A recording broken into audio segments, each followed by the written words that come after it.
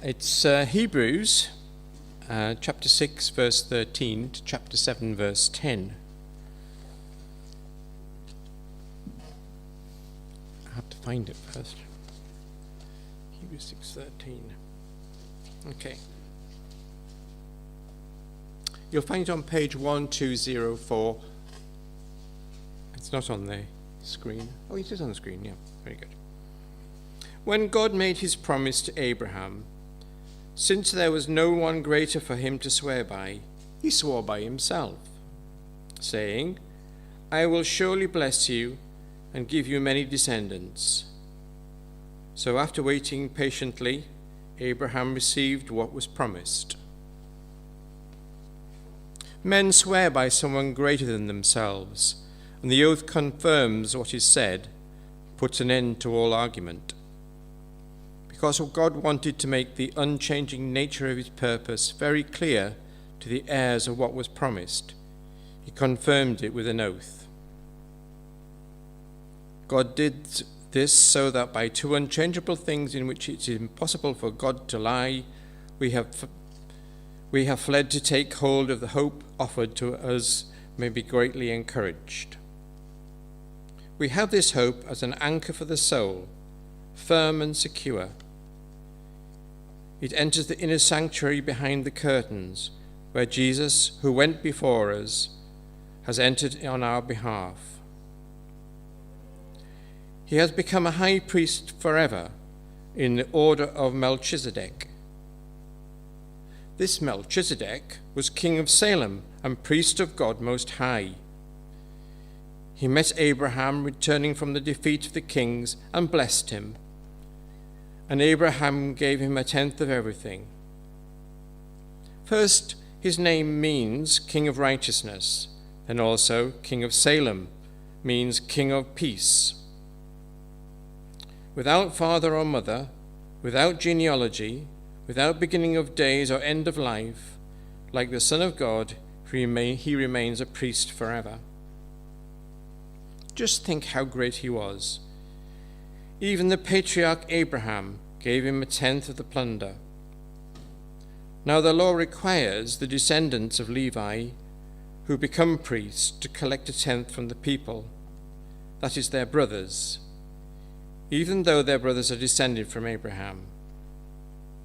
This man, however, did not trace his descent from Levi, yet he collected 1/10 from Abraham and blessed him who had the promises. And without doubt, the lesser person is blessed by the greater. In the one case, the 1/10 is collected by men who die, but in the other case, by him who is declared to be living. One might even say that Levi, who collects the 1/10, paid the 1/10 through Abraham, because when Melchizedek met Abraham, Levi was still in the body of his ancestor.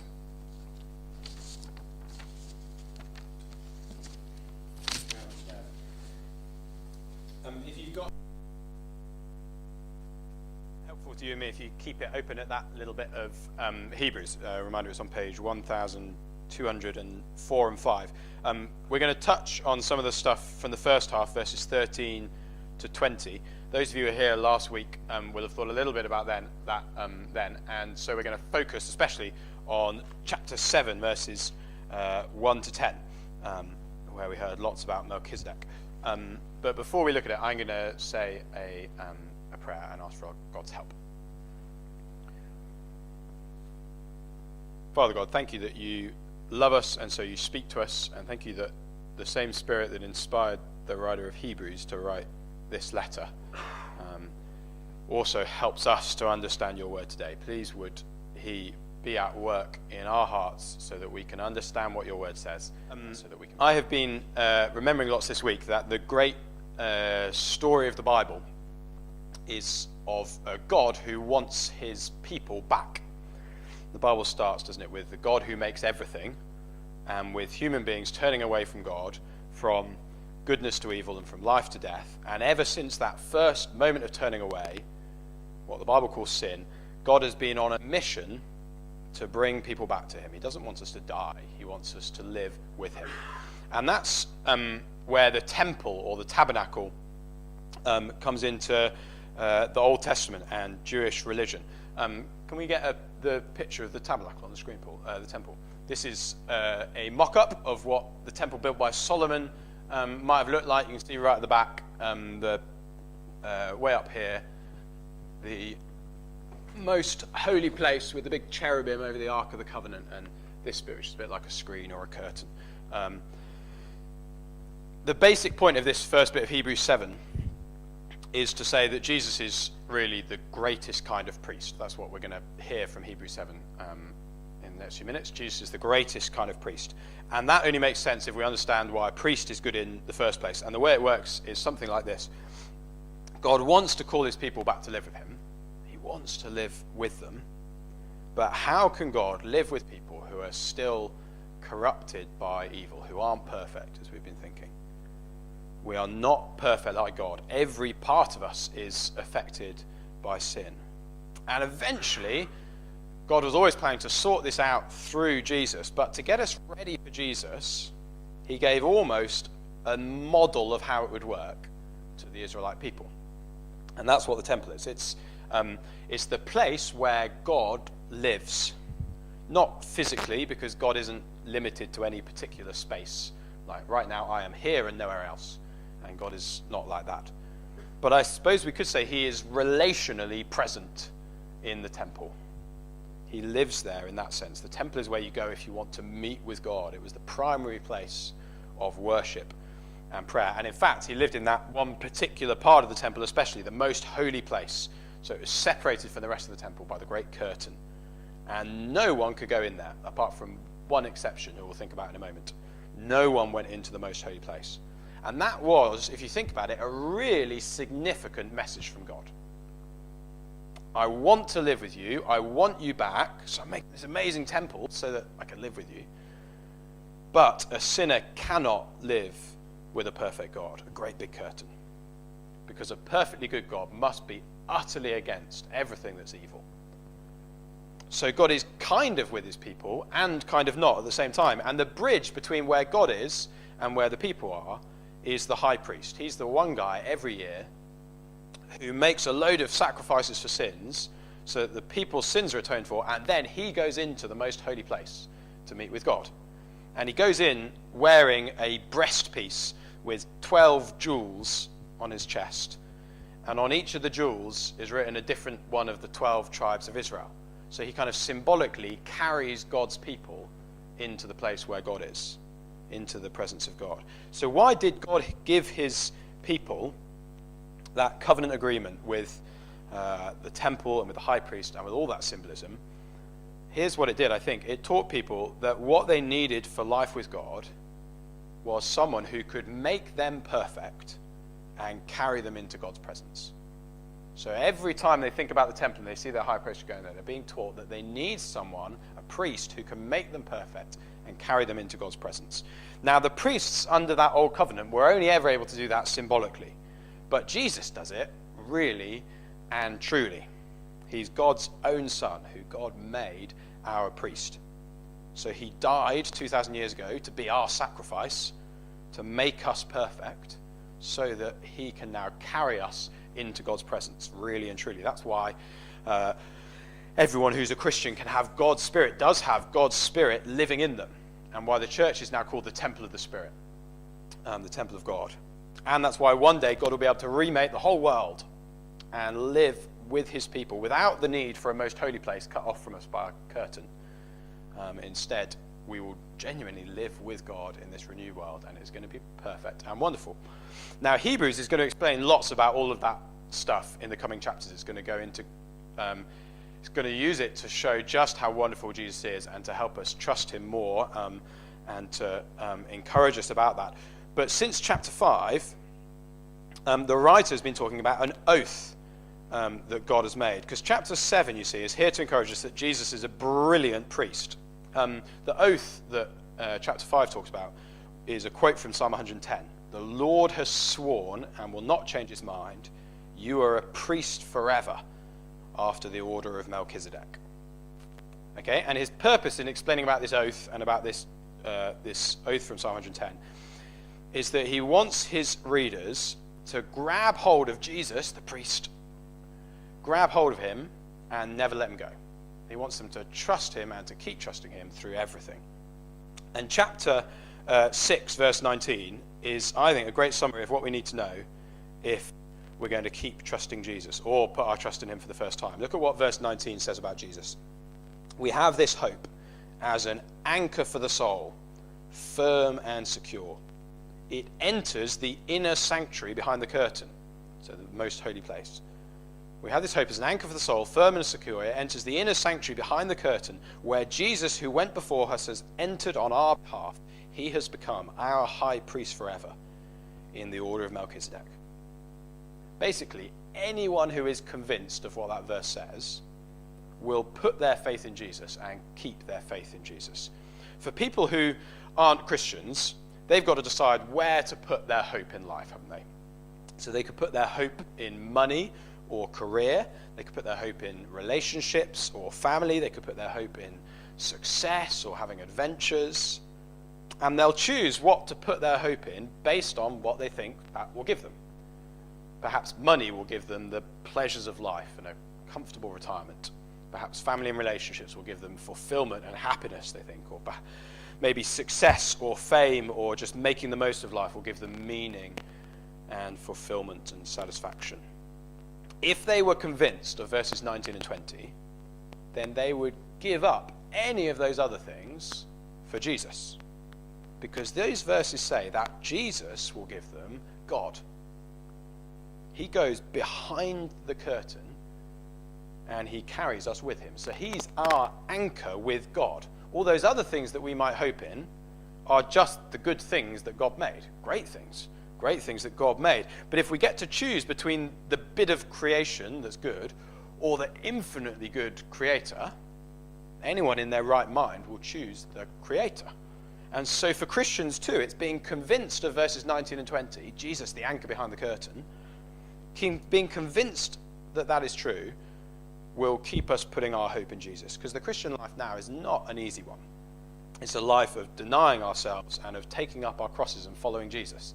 That's Jesus' description of what it means to be his disciple. He says to follow him is to be ready to lose our lives now and in the end to have our lives saved. So to swap the stuff that we could get for ourselves now for what God will give us then. So there's all sorts of temptations to give up on Jesus. It's hard work to keep going. That's what chapter 6, verse 12 was getting at. Don't be lazy, but imitate those who through faith and patience inherit what has been promised. So if a Christian is going to stick with Jesus, they need to be sure that he's the one who can give us God. That is what makes Jesus worth it. If Jesus can get us to God, then for all of us, he is worth putting our hope in and keeping it there. Wonderfully worth it, like the best news in the world ever. Now, the end of chapter 6 was all about how we can be sure that Jesus is a priest because God has said it. God never lies anyway, but in this case, he has sworn an oath just so that we can be ultra sure. And he did this, verse 18, so that people hoping in Jesus will be greatly encouraged. It's a fairly obvious thing that would greatly encourage us if we're hoping in Jesus, because we need that firm anchor behind the curtain. We need to know that he can get us to God, so we need to be sure that he really is a priest. That's the end of chapter 6. But here in chapter 7, with all this strange stuff about Melchizedek, the writer of Hebrews is reassuring us of something else that we need to know. You see, to be a firm anchor behind the curtain, to really be able to carry us into God's presence, Jesus needs to be able to make us perfect.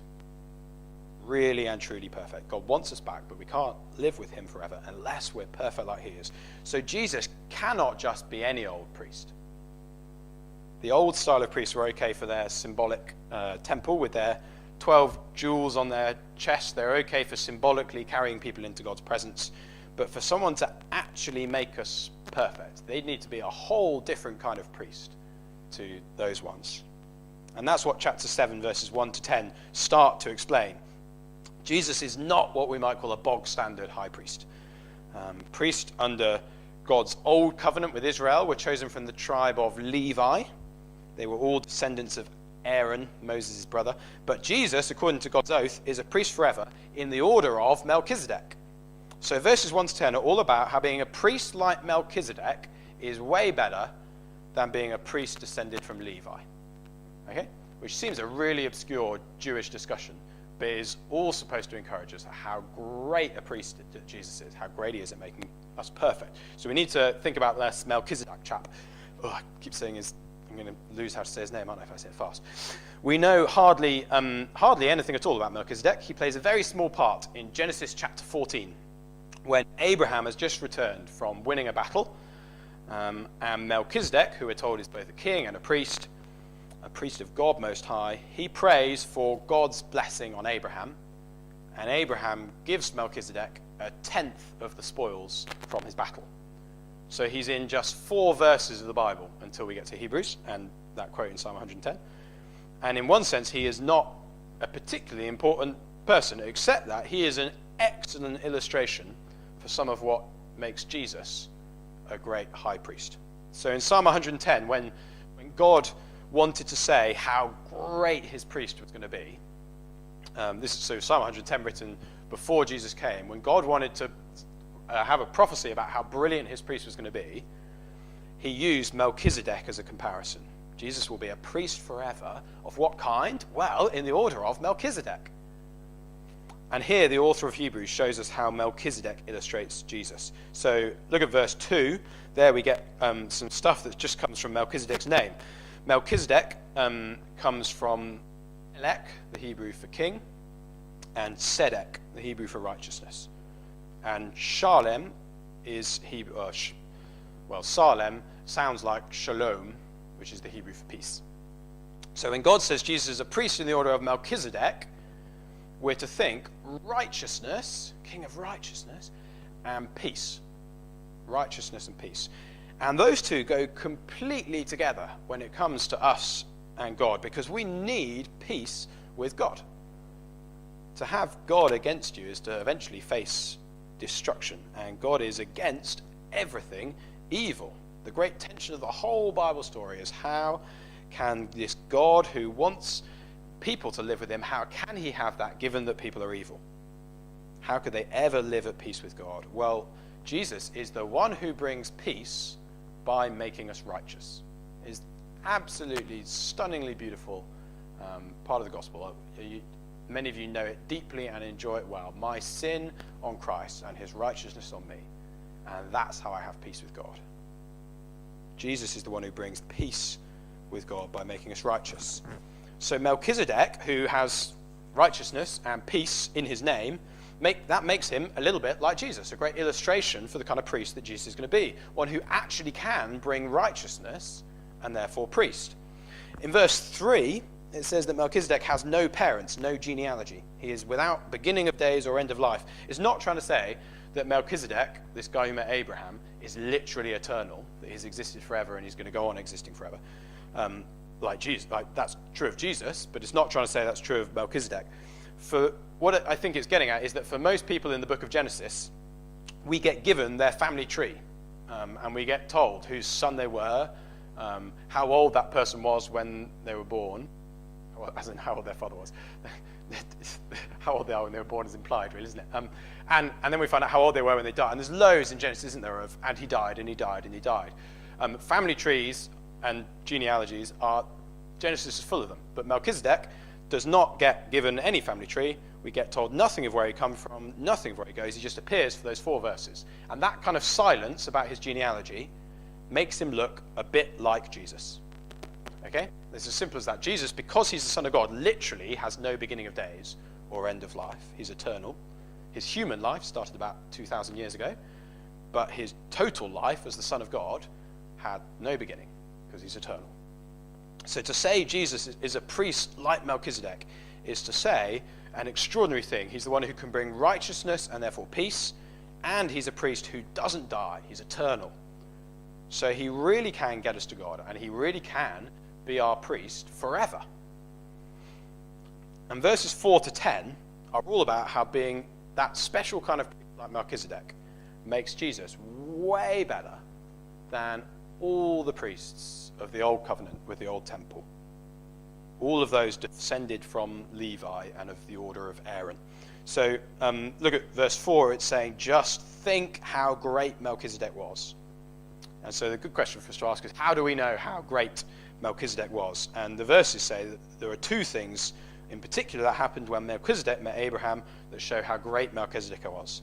One was there was a blessing that changed hands, and two, there was a tithe that changed hands. And blessing and tithes are important, you guessed it again, because it's to do with priests. Okay, so to understand this blessing and tithes thing, we've got to understand how that worked. Because Genesis 14 tells us that when Melchizedek met Abraham, Melchizedek blessed him and said, Abraham is blessed by God Most High, creator of heaven and earth. When he blesses Abraham, he is doing the job of a priest. As a priest, he mediates the blessings of God. He kind of represents God to Abraham.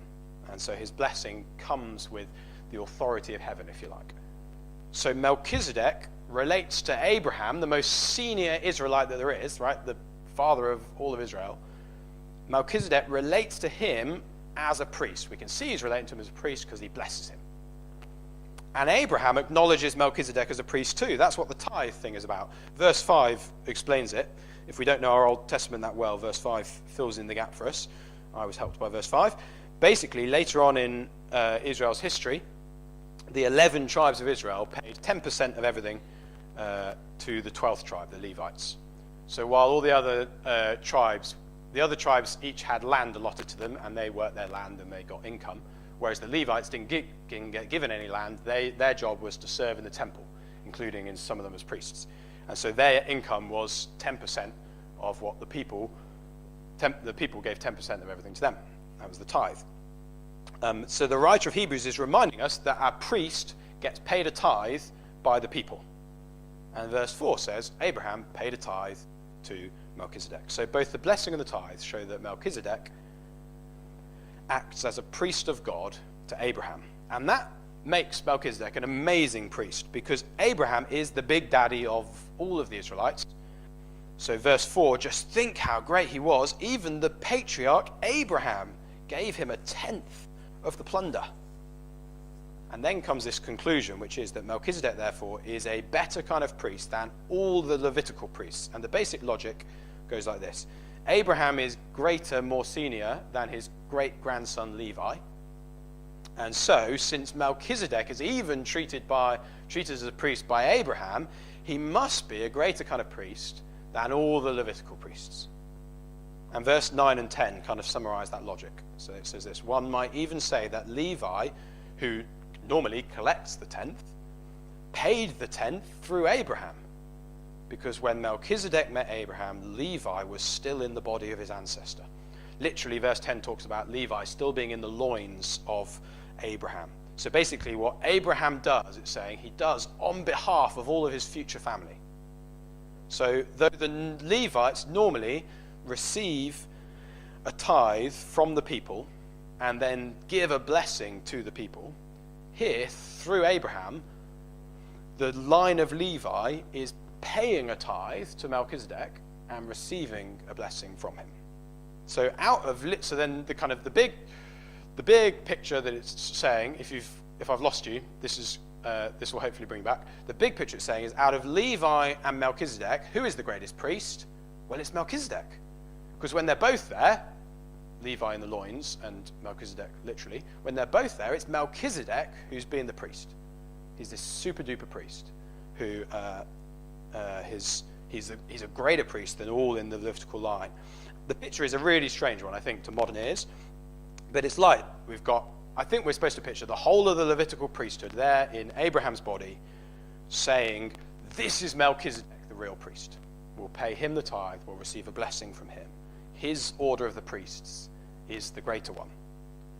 So what does that mean for Jesus being a priest of the order of Melchizedek?